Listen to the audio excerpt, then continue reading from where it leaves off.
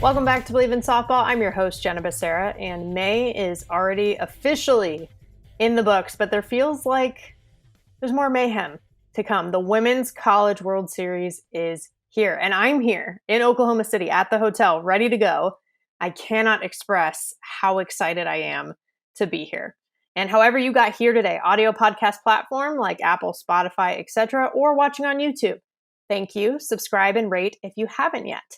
You can also follow us on Instagram and Twitter at Bleav in Softball. That's BLEAV, or click the link in our bio on either page, or go to shop.bleav.com to purchase merch. It is 3 different shirts on that page, covering our bases, safer out, or catch you soon. All right, let's go through today's batting order. First, we'll be covering our bases, give you some news and callouts from around the softball world. Then we'll head into today's interview with Karen Johns. She has held almost every role there is, basically, in softball. And I first met her when she was a head coach during the recruiting process, and we reunited in person recently at the Stanford Regional. And she's just got such a unique perspective. Very excited for you to hear it. This is part 1, so stay tuned next week for part 2. She's all about it in terms of ESPN. She works for them now and will be at the Women's College World Series and knows the drill. So then we'll end things with the foul tip of the week, where we share tips to help us get better. All right, let's get started. Covering our bases. BetOnline is your #1 source for all your basketball info, stats, news, and scores. Get the latest odds and lines and the latest matchup reports for this year's NBA playoffs. BetOnline is your sports intel headquarters this season, as we have you covered for all your insider sports wagering needs. From basketball, MLB, NHL hockey, golf, to UFC and boxing. The fastest and easiest way to get your betting info, including the live betting options and your favorite casino and card games, available to play right from your home. Get into the action today, so head to the website or use your mobile device to join, and be sure to use our promo code BLEAV to receive your 50% bonus on your first deposit. BetOnline, where the game starts. And for us, where it has to start here first is Super Regionals. Just a quick recap and just some of the highlights that I saw from one of my most favorite times of the season and of the year. All seeded teams are moving on. Number 1, number 3 through 7, number 9, and number 15. We only had 2 if necessary games with Utah and San Diego State and Alabama and Northwestern. We knew from the get-go, or at least I felt like I knew, that Utah was going to take this to a game 3. Like, they just have had that kind of season and that kind of energy recently where they weren't going to go quietly. They were not. And they did it. The Pac-12 ties that I'm also seeing, I wanted to call out, in addition to obviously 3 of the teams that came out of the Supers to move on to Women's College World Series time are from the Pac-12. The 3 head coaches are all alums as well, with Jessica Allister, Heather Tarr, and Amy Hogue. Then you look at the coaching landscape outside of just the immediate Pac-12. You look at Stacey Newman, the head coach at San Diego State, with Victoria Hayward on the staff, obviously a UCLA legend, in addition to a UW legend with Victoria Hayward, who have that influence on that team to get to this far and actually make history for the Aztecs. But then think about Lonnie Alameda and John Rittman, both having been longtime Stanford coaches as well, who went to Super Regionals, and Lonnie moving on with Florida State to the Women's College World Series. But also some OU ties. DJ Gasso and Paige Parker having that tie to Oklahoma and bringing the concept over from Norman to Salt Lake City. They did the 1176 challenge. I got to write about this for Softball America this year. And it was basically a workout program they did in the off season where they just challenge themselves as much as possible from a strength and conditioning perspective. And they call on that experience a lot now whenever times get tough. And that 1176 represented the 1,176 miles between Salt Lake City and Oklahoma City. And now they actually get to move forward and make that trip. And they have made that trip. They're here in Oklahoma City. So 29 years since the last time they did that was actually when Amy Hogue played. Last time Stanford did it was when Jessica Allister played. So some of these cool ties between the coaches with the current players as well. And then throw in the fact that Lonnie Alameda actually went to OU as well. Speaking of OU, with Clemson down to the last strike, and they did it. And that's just what makes OU. I mean, you cannot count them out. You know, they're down by 3. It literally is the last possible pitch, and they're still in it. That is what makes the difference to me with them. It's really that mental piece of the puzzle where even if they seemingly like have all the odds stacked against them, they do not give up and they find a way to execute. Like any team can be really good when you put all the pieces to the puzzle together, but to actually execute day in and day out the way they do is what makes them so unique. And also give some credit to Washington. They didn't allow Louisiana to score, who's a big offensive team all throughout the year. And I think that sent a message after their, stunning win in regionals.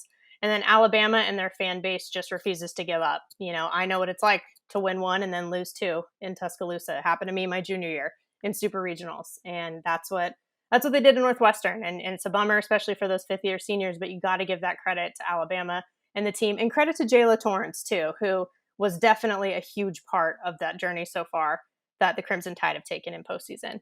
Tennessee also feels like they're in a good place. In the chaos that has been the SEC this season, they have been the consistent force. And even Mike White talked about, coming with Texas for the Supers, how well run super regionals were there in Knoxville in the press conference. And I think they're just in a really good place. So it should be an interesting run that they have. Stanford has also proven that the only way to show that you were seeded incorrectly is to win. And I have to give credit to one of our past guests and friends of the show, Tori Tyson, for putting that in tweet. That's where I first saw it. And I think she's absolutely right. Second is the actual Women's College World Series. The matchups breed a lot of familiarity, especially in the first round. I mean, Alabama, Tennessee, you have that SEC head-to-head. Washington, Utah, the Pac-12 head-to-head. This is the fifth time that they're going to play each other this year from the regular season series, as well as the Pac-12 tournament, and now at the World Series. And then you look at Stanford OU, they played each other opening weekend. Totally different time of year, totally different teams by now, but they've played each other before. And then there's Oklahoma State and Florida State, who have also played each other more than once this year. But this is a different type of season, different portion of the season. It's just not the same thing. So who's going to come and bring it at the biggest stage that there is? That's what I'm looking forward to seeing. And then I have to call out the awards as well. Valerie Cagle, well-deserved Player of the Year award.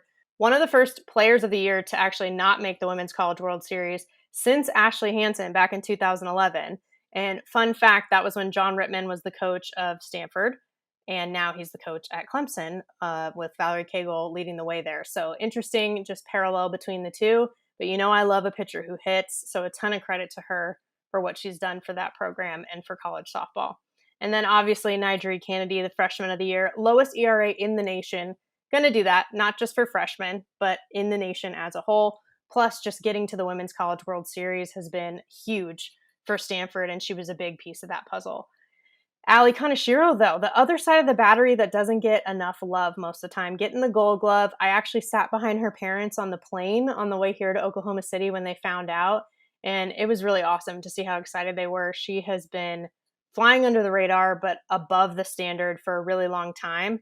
We talk a lot about Elena Vaughter and Nigeri Kennedy, but they could not do it without Ali Kaneshiro. So huge props there. And then Vaughter, of course, is an All-American this year. It's official. It's a year later than I think it should have first happened for her, but she gets her flowers in the end. And so does Sammy Reynolds, by the way, who I think has been really underrated at Washington as well, making that All-American team. And then also just believers who are competing in the World Series. 4 head coaches who have been on the show: Jessica Allister, Amy Hogue, Heather Tarr, Lonnie Alameda, all here in Oklahoma City, but also 3 current players, all happen to be Stanford this time around: Taylor Gindelsberger, Elena Vaughter, and Nigeri Kennedy, actually doing it here this week. So I'm super excited to see all of them. And then in addition to dozens of alums at all of these schools that have also been a part of this show that we're super grateful for. But third, got to focus on Stanford. I mean, how can I not? The third guest ever, also our third guest this season, and the third time this team has been to Oklahoma City. And the common denominator with all of that is that it's Jessica Allister. I mean, her freshman year as a player, senior year as a player, and now as a head coach, all 3 appearances in Oklahoma City for Stanford, and she's a part of it. And I've been asked a lot, like, what are my feelings about this? And I feel like I'm proud, I'm excited, and I'm not surprised. We talked about this early in the year, what Stanford was putting together and how the Allister era over the past 5 years has just built up and to the right the entire time. In 2019, it was the first NCAA appearance in 6 years. In 2020, it was the best start in a decade the program had had before COVID. In 2021, they went to a regional final. In 2022, they were regional champions and they went on to host super regionals. And now here in 2023, they were a national seed and are going to the World Series for the first time in 19 years. And a lot of people are saying, it's so tough. Wow, you have to play OU first. But, yes, of course, it's going to be a tall order for that team to lose twice. They've had the best ERA, fielding percentage, and batting average in the country for virtually the entire season. That's gonna breed a lot of success. But I actually think that it's an opportunity. I mean, isn't this why you play softball? To play on the biggest stage against the best team. And I've been told that to experience the OU fan base, especially in Oklahoma, like we are here, is a religious experience. And you know what? I'm here for it. I'm ready for it. I think all the Stanford alums are excited about it as well. And I think Tori Tyson had another tweet, actually. So she's been spitting fire lately. But just how this OU team and the level that they have brought softball to, it's going to lift everyone else too. And just imagine when we all get there, when we all start to catch up and get to that level collectively across college softball. I think it's exciting. And then to bring it home, again, I'm in Oklahoma City. I haven't been here since 18 and under gold travel ball nationals way back in the day. Played at the stadium along with a lot of my teammates on the field, but just missed the Women's College World Series twice. So it feels good to be back here with teammates that I played with and with alums that we get to reconnect with. And actually, fun fact, one of the first times that I actually ever hung out with one of my teammates in my class, Ashley Hansen, outside of our official and unofficial visits at Stanford, was at Toby Keith's in Oklahoma City at Nationals with our parents way back when. So who knows, maybe we'll run it back. But I am excited for lots of things, some of them even just the fun stuff, like ranking the uniforms. What are the concessions going to be like? What are the team bubbles going to bring? The big moments that define the World Series, just all of it. And someone who's here for the party is today's guest. So let's head into the interview. She is an ESPN stats extraordinaire, former longtime college softball coach, USA player, and Olympic coach, high school athletic director, and South Carolina Hall of Fame catcher, Karen Johns. KJ is how everyone really talks to you. But how you doing? I'm excited for us to do this. I know, I'm doing great. I'm so glad that we worked together out at the Stanford Regional, and it was neat to bump into you. Didn't even realize you were there the first day because I can't even see that part of the field from that press box. So it was kind of neat that you walked up, and I was like, "Oh, awesome! You're our TOC," Same. and I didn't even know it. I know, and obviously, I know that you all that you do at the ESPN, but I didn't know that you were assigned to Stanford either. Like, I knew that Amanda and Mark were going to be there, and then so it was like, what an awesome, pleasant surprise for us to run into each other. What a great place! Just beautiful weather. All the games were exciting, so it was fun. It was a lot of fun. Yeah, I remember you said if it were up to you, you'd move here. If your husband could get on board, you'd come out to California. Yeah, that weather, I could wake up to that every single day. No doubt about it. I do. It's expensive weather here, but yes, it is nice. Yeah. Well, after running into you too, I got to thinking about when we first ever crossed paths. And way back when. I try not to age myself, but the more I'm on these podcasts, the easier it is to age myself. I know. But, right? It's weird. But when you were at Virginia and you were the head coach and during the recruiting process, I still to this day will tell people about my unofficial visit because I thought the campus was amazing and I had a great experience during that. But it's crazy that was so long ago and here we are now. I know, it's so long ago. And I think about the evolution of Virginia and Lisa Palmer coming in and just building that absolute beautiful stadium that they have now. And it's like my heart is so happy for those athletes because it's not that the field that was there was so bad. It just was so far behind all the other schools. And when I haven't been there in person yet, but when I see that on TV, I'm like, talk about an alum stepping up. That is just incredible. And I knew you had great options.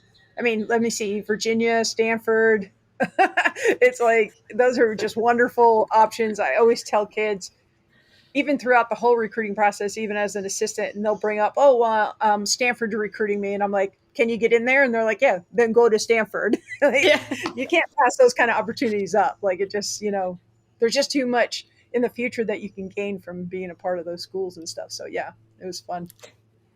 But you know what? I remember being really excited to go see Virginia because also a good school and it was far from home for me, obviously. I know that my mom was like, do you have to go that far? And, I was visiting and everything. And I think I actually got sick on the plane because there was a lot of turbulence. And she felt Mhm. bad for me, but was also like, kind of like, well, maybe she won't go so far away if this happens to her, I'm not, and that's not why, but like, it Yeah. worked out, I guess, in the end. But I still tell people about the experience because the campus was great. Even learning about some of like the secret societies like on campus Yes. and things I've So many talked to cool people about. nuggets about that school. Just so many little things that unless you're there visiting or working there, you don't know about. So exciting. Yes. So much fun. Yeah. Yes. I Really. was like, well, if I come here, I want to be, I think it was a 7 where like people don't Yes. find out that you're a 7 till you die or Uh-huh. something insane. Uh-huh. Yeah. Yep. It's So not now it released makes until me, then. yes, it Yeah. makes me wonder like anyone in the softball, world, alumni, all that stuff. Is there anyone that is part of any of those?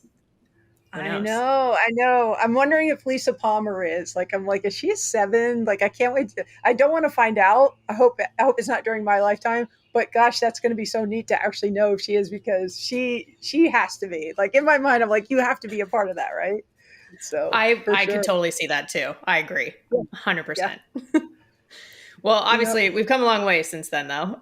A lot has happened. And it's such a cool role that you have with ESPN. And like, I know a little bit, but I know that our listeners also don't necessarily know what goes into being a statistician.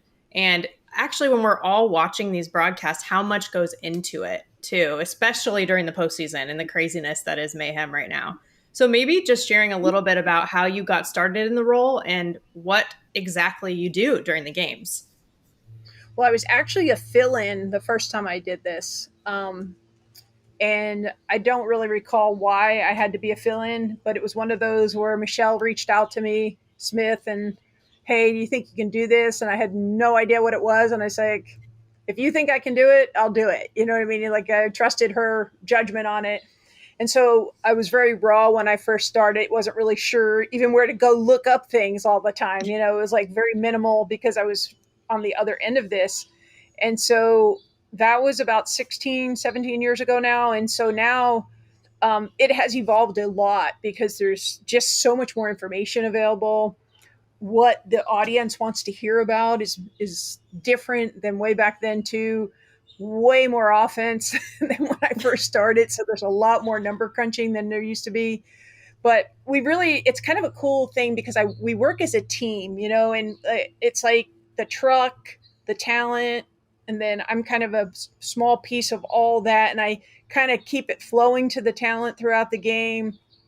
I try to hear their conversations prior so I know what are they really looking for in each hitter and what are they looking for in each pitcher, and then just kind of overall philosophies of what they see the teams do. And so then I try to give them reinforcement of that information throughout the game. And I have probably 6 screens rolling at the same time. I have my personal sheets for all the players and pitchers and such, and then I have we're partner with 643. I have that pulled up. I have the NCAA statistical site pulled up, and so we really can find things rapidly now because everything's accessible and available. So I just try to stay ahead. I try to listen, and it's a little easier in softball and baseball when I do talent stats for basketball. It's rapid.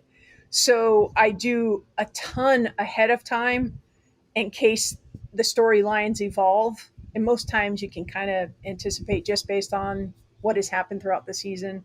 But that is like this. I mean, things are just quick, quick, quick. And the cool part is that I work with another stats person that's upstairs with me. Typically, they call that the official stats person, and then we work with whoever's in the truck, whether it's Perry or whomever, and we're constantly working with graphics. Hey, this is trending. Hey, they've done this, or and we try to do a lot together ahead of time, so it saves graphics time to get things ready, so they can show you really cool things on the screen. So that's kind of what I do. I do it all the time now. I work from home. I've committed to doing this. I've done football. I did a lot of Auburn home football. I did most of Auburn men's basketball home games this season. I didn't get any women's basketball games this season, so I was kind of sad about that. I did about 5 or 6 baseball games this year, college baseball games, down at Auburn, which was fun because they have a really good team and they had some really good midweeks. I got to see them play Georgia with the freshman of the year. just announced yesterday.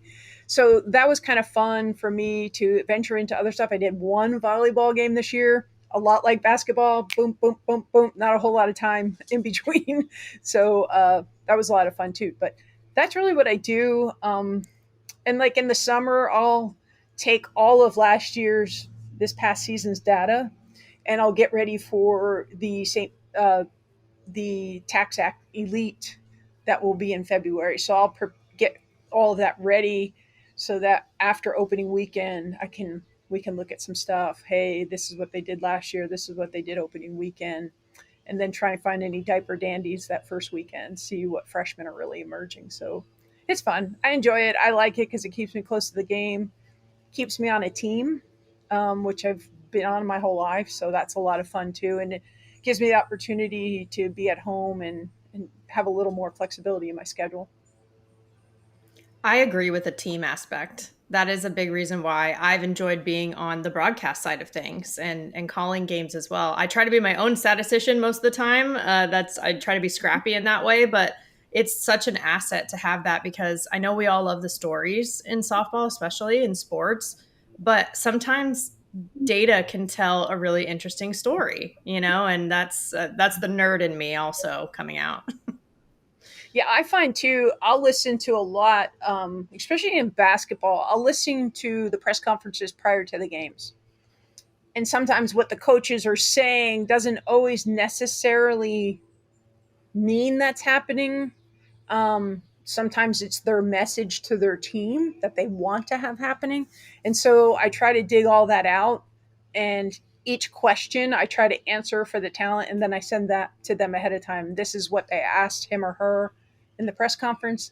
This is what was actually, I was able to validate or maybe refute and say, no, this really isn't happening. And then Yeah. they can take it and run with it for their broadcast. So it works out good. Um, I've really worked hard with working with different play-by-play announcers for basketball to try and up my game in that, so that I can be better and more efficient. So it's always a challenge. I love the challenge. The research department has really challenged me this year too. I've worked a lot closer with them for softball researchers for ESPN, so that's been a lot of fun. Like we've been kind of trading stuff out for 2 days now, even for other regionals, just looking at stuff and trying to work together. Yeah, gosh, it's so interesting to get so detailed, right? But you're right. That's what the game is now. Is there's so much more information. When some schools are better too, if you're looking at like archives at maintaining those than others. What do you do when maybe that information that you're looking for isn't there for some school? Well, a lot of stuff, it's very difficult to find individual things. Mhm. That is truly the hardest. Team stuff, if you learn how to navigate and continue to do about 14 clicks, you can dig in the NCAA website. You really can, but it takes a long time to figure it out and to really understand where do I have to go. We were doing a thing about the Florida defense for the Stanford Regional and wanted to go back to Coach Walton's like very first year there. And of course, it doesn't go back that far when you go to the site. So you have to, so I'm like, just dig, dig, dig, click, click, click. I finally got there. So then I was able to see certain things. And some of the stuff, you just have to go to the SIDs and hope that they have it. Because some of the stuff on the NCAA page is literally a Xerox copy of a sheet of paper Yes. that tells you something. So it was kind of crazy that the stats weren't a little better. But there are some schools that have amazing uh, history. Stanford has an amazing history page. I know people don't click on that very often, but it's very detailed, especially for postseason play. They do a really good job with that. Really impressed with what they have on their page. They made life really easy for us to find things and to and they have such good history too, and that matters because they have so many good players, that have played there. And so you want to be able to mention those kids and, give them their due. They help build the program. And then, especially for Jess, she played there, right? Alistair. And to go back and look at her freshman year and her senior year in college, and she played with Mendoza her freshman year. So there's so many storylines with all that. So it's kind of cool. Well, Yep. yeah, and that's the part where it's cool to have that supporting information because I know we like to talk about it, but I don't know. It's like we are in a media world, but I don't know if everyone always realizes like the detail and the concrete information and the research and like all that goes into it too. It's not just fluff, that we're talking Yeah. about or that we're showing. There's so much that goes into it, and that's verified, to your point.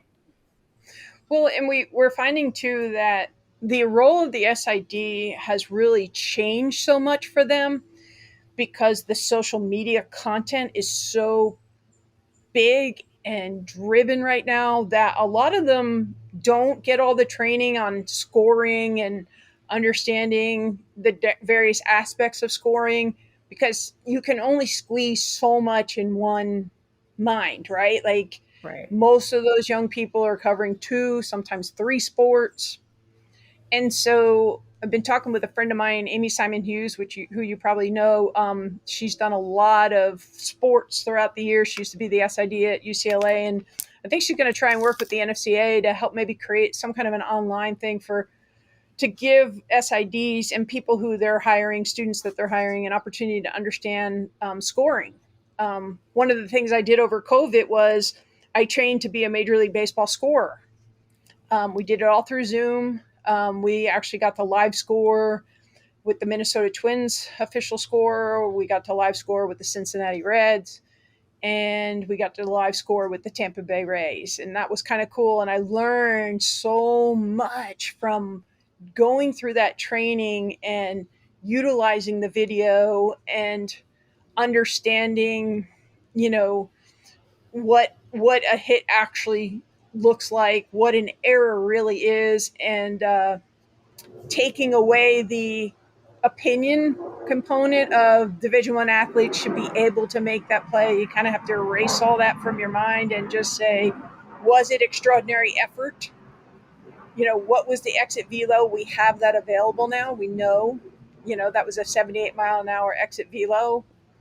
Can they make that play? So I just feel like that part of the game, we need to make sure we're giving them the support and resources because a lot of people are critical on them, but they're being pushed in a different direction right now, and they have to provide, those pictures and those Right. photos and those graphics and those, those GIFs and all those things that go with it, right? So, yeah, It's very true. I don't know how they do what they do. I'm so grateful that they do because they really yeah, make everything go round. I mean, even just the title, like sports information director, they really are just directing information in all areas, yes, like all locations. and So many to of me, them, I'm like, yes, yeah, multiple sports, most of them too, multiple. So they yes, don't really get any exactly. time off. They end softball and they're getting ready for volleyball season. It never stops for them. Yes, 100%. Exactly. But it's tough too because they're the ones who are having to make those scoring decisions, whoever the home team is anyway, that SID, right? And so I know there have been arguments around like maybe we should have a third party do that so that that pressure's off. And also, of course, it can be as objective as possible because it is a hot topic, like how things are scored today versus maybe how they used to be, like if something's a hit versus an error. I know it's something that comes up a lot. Well, I think their intent is good. I haven't come across Yeah, very many that, that really are homers. It's right. more of, you know, is replay available to them? Because sometimes you just have to watch it on replay and people can get mad if it's not scored fast enough, but sometimes you just need to be able to see that. And some schools don't have it. They don't have that quick enough turnaround to be able to see the replay or, because sometimes it is difficult to have one shot at looking at a play and saying, you know, was it a bad throw? Was it a bad catch? There's Right. a lot. So yeah, I even if they didn't have a third party, if they had a second person to help them see and help them look that they can have a conversation with, and I think that's helpful too. Right, right. Just more eyes is always good. Yeah. Well, and you mentioned the Yep. team part, and I feel like we're now talking about too all the different members of the team that go into just putting on these events and allowing the student athletes to compete. Really, at the end of the day, there's the broadcast piece, but there's just the event piece. There's the staff that is on each team, everything.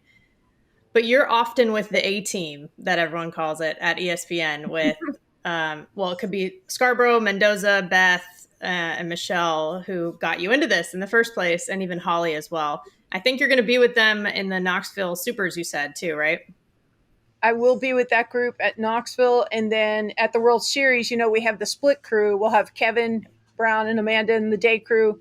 And then we'll have Jess, Beth, and Michelle at night. And then Courtney Lyle is going to be our daytime sideline reporter. And then Holly will be the nighttime side. So we have a really strong team out at the World Series too. And I think KB and Amanda will be in Oklahoma State. So that's going to be a fun series. So they'll be out that way.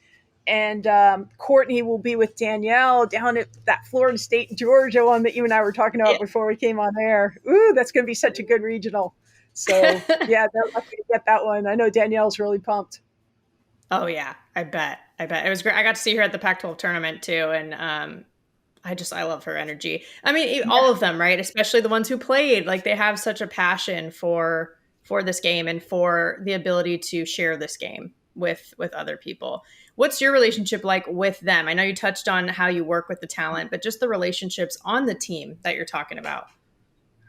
Well, we really have a strong bond because when we go to these events, we spend an obscene amount of time together. And when we're not together, we're texting, what about this? What about that? I saw this or I heard that, so it's constant, information flowing. And, it's just been a great experience for me. They've been really good to me. They've been very helpful. Jess brings me great ideas when she comes back from the baseball world. I'll text her. I'll say, hey, anything cool that you think I could look into for softball, and she'll, oh yeah, we've done this and we're doing that. And so that's really helpful, just to get new, fresh ideas. But they're all really good people. I try to stay in touch with them as much as possible in the off season. I probably stay in touch with Michelle the most. We've known each other for a long time. We played club ball together out of Jersey, and she lived about 40 minutes from me growing up. And so, we have a lot of history together. So they're all really good people, good friends, and I just enjoy their company. So that makes us stronger as a team, putting together information and getting stuff out there to the fans and to the viewers. Well, because you also get shout outs a lot, like on air, on the 7 Innings podcast or whatever. And, good talent does always recognize the crew and the team, and that's awesome. But I feel like I hear your name quite a bit for someone who's like actually technically off air. And I think that says a lot.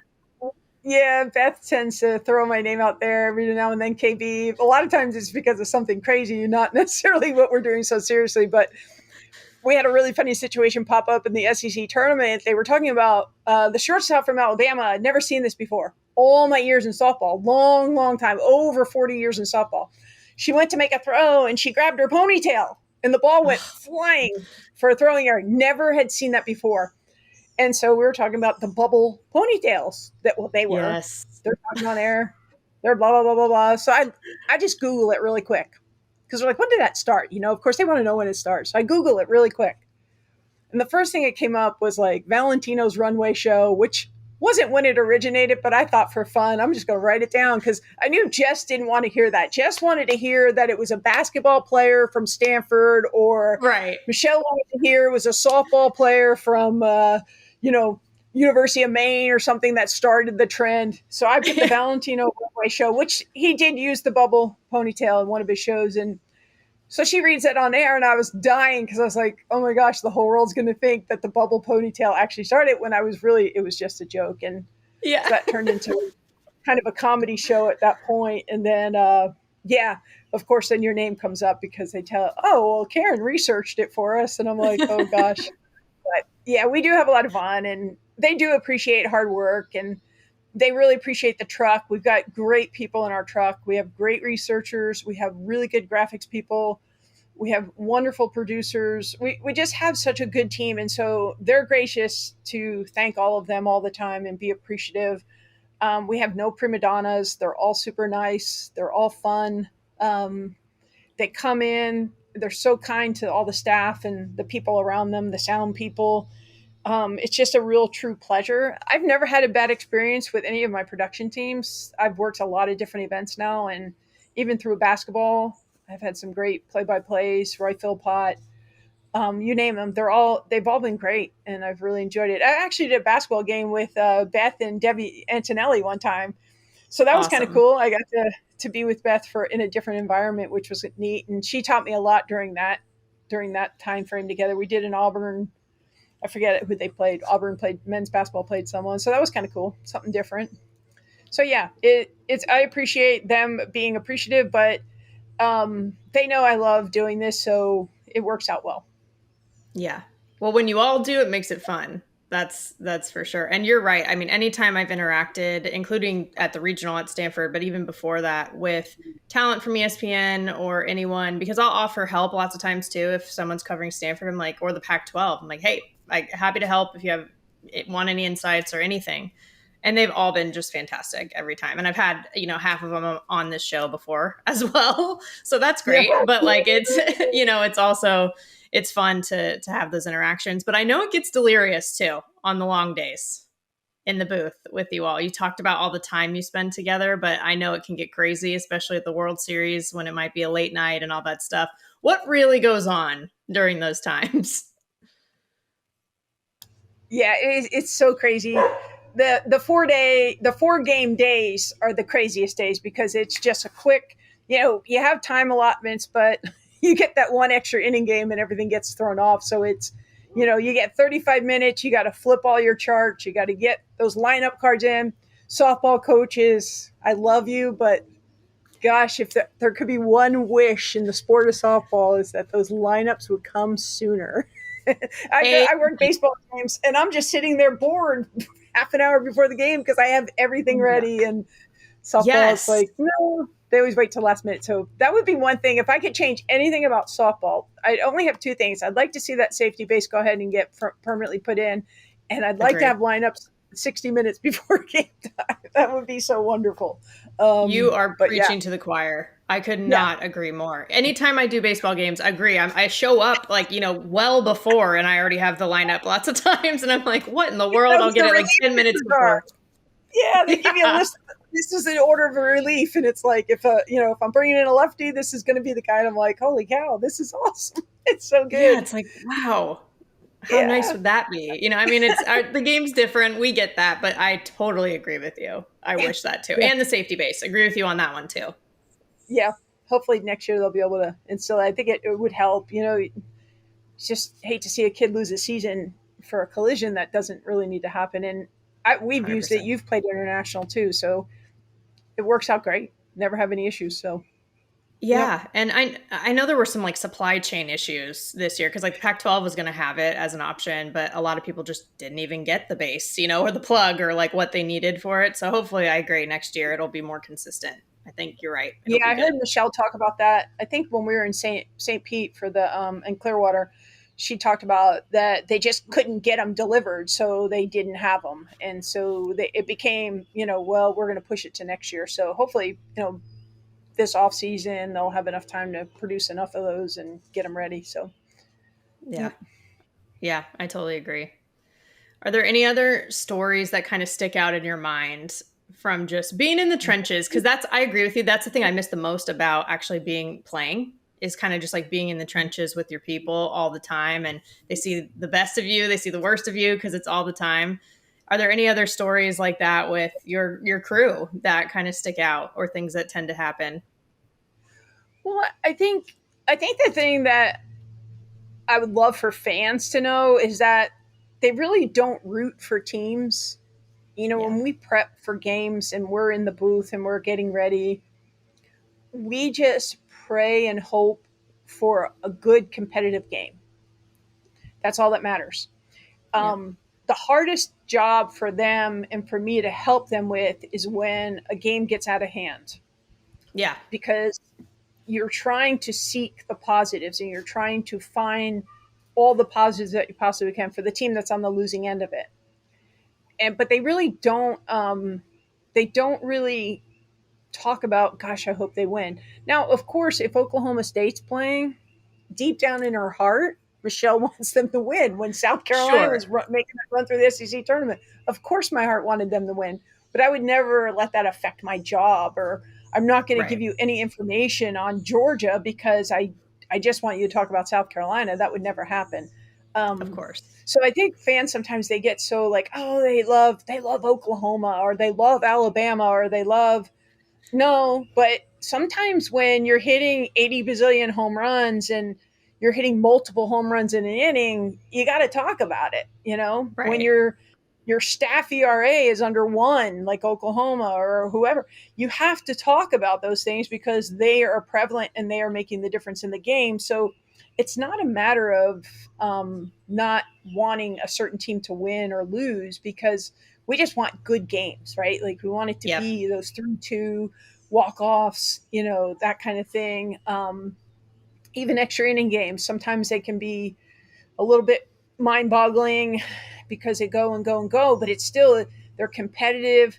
And the other thing we hope for is that we get good strike zones and not a lot of walks, a lot of balls, because that drags the game through, and then the fans lose a little bit of interest when it's not moving at a good pace. Right. So we always hope for that to happen too. And then, but we do have a lot of fun. We've had different guests come in. We had Hutch come in the booth this year. Oh, We've had cool. football coaches come in. We've had athletic directors come in. We've had John Kruk come one year and announce games with us. That was crazy. And I'll tell you a funny story about Kruk. He was calling one of the night games, and that's when Michelle was on the day team and Jess and Beth were on the night team. And so he came in on the night team. And as you know, announcers have a talk button. So like Beth can hit her button and talk to me without the audience hearing it. Yes, absolutely. So I don't even remember the two teams, Jen, but the number 3 hitter on the team sack bunted the runner to third base. And I can remember John, his head kept going like this, looking over at Jess. And then he was looking at Beth, and he's going like this. He's throwing his arms up in the air. So finally, Jess hits her dog button. She's like, what? And he goes, would you have bunted if your coach gave you, and he hits his mute button, would you have bunted if your coach gave you the bunt? And she goes, well, of course I would have. And he goes, Yeah. ah. He goes, what would have happened in baseball? We would have told that coach where to go. I'm not bunting. You don't pay me money to bunt. I'm the number 3 hitter. It was hilarious because it was like kind of a reality check. Like, yeah, they would have told their coach off if they're the number 3 Yeah. hitter. They wouldn't have sack bunted. He would have been hitting away. And, we're very compliant and we do what the coaches tell us to do. And I remember that just being so funny because he was so, it took him like 2 days to get past that. Like he couldn't get over the fact that they the 3-hole hitter. Like there's no way. What if she could hit it over and, blah, blah, blah. And it was like, yeah, he just didn't want to hear any parts of it. So that was really funny when he came and did that. We were laughing so hard at him. And then the other cool thing too is when they did Baseball Tonight, Tim Kirchin came and they did it from the outfield. And if you've ever had a chance to be around him, he's such a quality human being, and he has such great knowledge. And he was so enjoying himself being with Jess out there on the field and doing the show. And so that was kind of fun. That was a fun time. And I think for me, just the crowds in Oklahoma City, it's just so electrifying, especially now with the upper deck. It's even louder. And boy, when Oklahoma or Oklahoma State take that field, holy, it just roars. It's so loud and such a cool experience. But those have been fun. Rain delays sometimes can be funny and fun. Yeah. Jinxes, the Chamberlain home run walk off in the 10th inning or whatever inning, 12th inning, whatever inning that was. We still blame that on Beth because Madison Shipman had put them ahead, and we were like, we're cruising. She even hit the talk button, talking about having an early dinner that night. The next thing you know, we got to wait for Lauren to hit a home run in the bottom of the whatever inning it was. So we have those moments that she still hasn't been forgiven for that. And, we kind of give her a hard time about that. And so every time someone starts to talk in that fashion, we're like, zip, zip. And so, yeah, just crazy fun times. And really cool to reunite with Karen Johns. It's been a while since I've actually had a chance to chat with her, and she's just such a big part of all the different pieces to the softball world that hearing her perspective is really, really cool. And I'm excited for you to hear the rest of it next week. in part 2. So with that, let's transition to the foul tip of the week. This week's foul tip is about remembering how far you've come. For college softball players right now, this is it.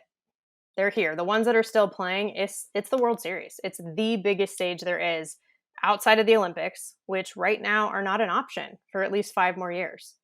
And it's easy to let moments like this get too big. Like, wow, oh my God, I'm so close. I don't want to mess it up. So now I'm going to press. Or to see all that's still in front of you. Like, wow, there are still 7 other teams here. This is a big mountain to climb if we want to win a national championship. And what I'm getting at is obviously more for the competitors out there and the perfectionists and the ones who keep pushing and wanting to pursue more. Because you can be happy that you made it to the Women's College World Series. Enjoy every second. Absolutely. But let's be honest, no one gets to the World Series by just being happy to be there. But by being present and being where your feet are, that can help you get there. That's something that Ashley Hansen, my teammate, talked a lot about in her Hall of Fame speech this past fall when she was inducted for Stanford Athletics. And it stuck with me. When you're overwhelmed by what's in front of you, sometimes it's good to look back at how you got here. Not to dwell on the past or think that you're going to find success just because you have before, but just to remind yourself what you are capable of when the moment does come. And then you can just focus on being there in the moment. The prep and the hard work doesn't guarantee anything, but it's about getting you in the best possible position to own that moment. And I was reminded of this a little bit on the flight here to Oklahoma City. In addition to sitting behind Ali Kanashiro's parents, I also sat next to a UNLV softball alum who's going to the World Series just to enjoy it. Her team's not in it, but she wanted to go and just enjoy. And we got to talking about how the game has evolved and how far it's come since she played, since I played.